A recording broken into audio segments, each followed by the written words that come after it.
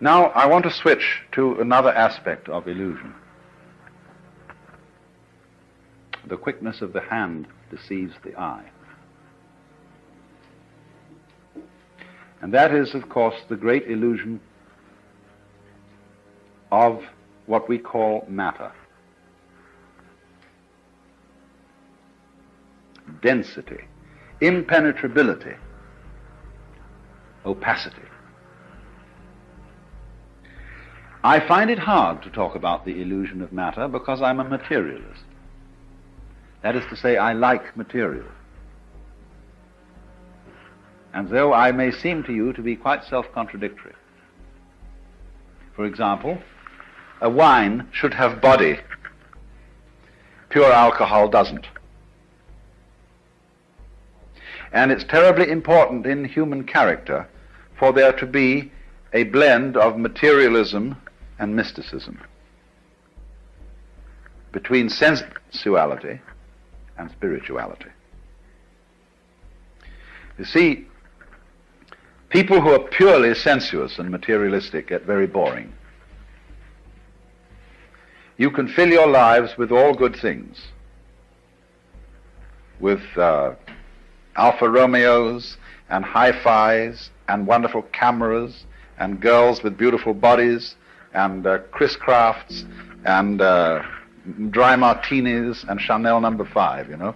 And after a while, if that's all you've got, it gets sickening and the bottoms begin to feel like plastic and the martinis taste like medicine. And somehow, bleh, you get a distaste for life, and even for mountains and trees and waters. And then on the other hand, the purely spiritual approach to things is too rarefied, too earnest, too abstract, too purely Euclidean. And the people who are intensely spiritual and don't have any sensuality are always desperately serious, colorless, lacking in humor, and never are able to meet one as man to man with a kind of a friendly leer in the eye. That's terribly important. Oh, yes, they live at a level of the frantic intensity.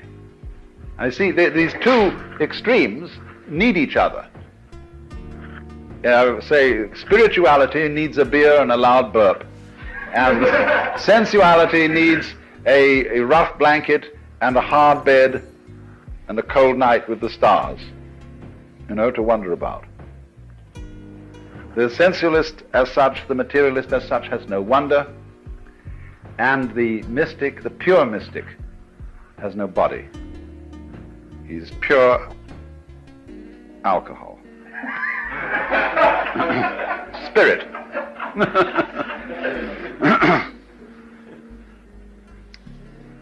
So, if then one should say that material is an illusion, this seems to be selling out to the spirit people and to the mystics. And so Christian scientists are, generally speaking, as personalities, totally lacking in materialism. And they're prissy and lacking in color, and their churches are very, very disagreeable. They're all reading desks, and they're too bookish, and they have no ritual, no ceremonies, no verve, you see? It's all cerebral. And likewise, when people get the wrong idea about Hinduism or Buddhism, they go into this same ultra-mysticism. They start disbelieving in all material pleasures as crutches. And it's very bad to have crutches, you see. You shouldn't take aspirin when you've got a headache. You shouldn't wear glasses. You shouldn't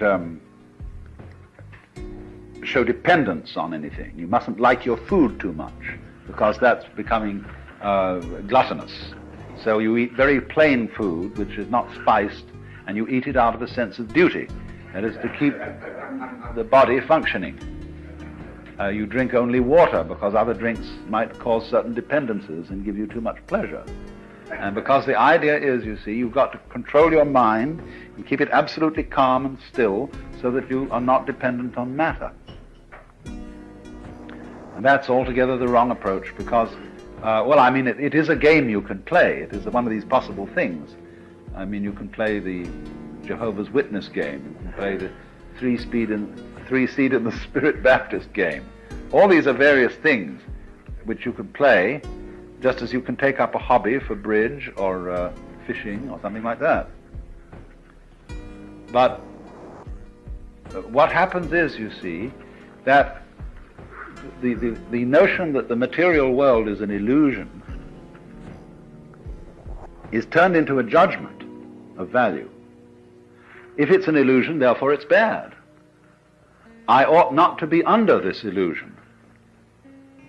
Well, the reality of the matter is that if you see that the material world is an illusion, you can enjoy it a great deal better than if you think it isn't. A true materialist, therefore, is one who knows that material is an illusion. Then he's not afraid of it. Then he can enter into the dance of material with real zest.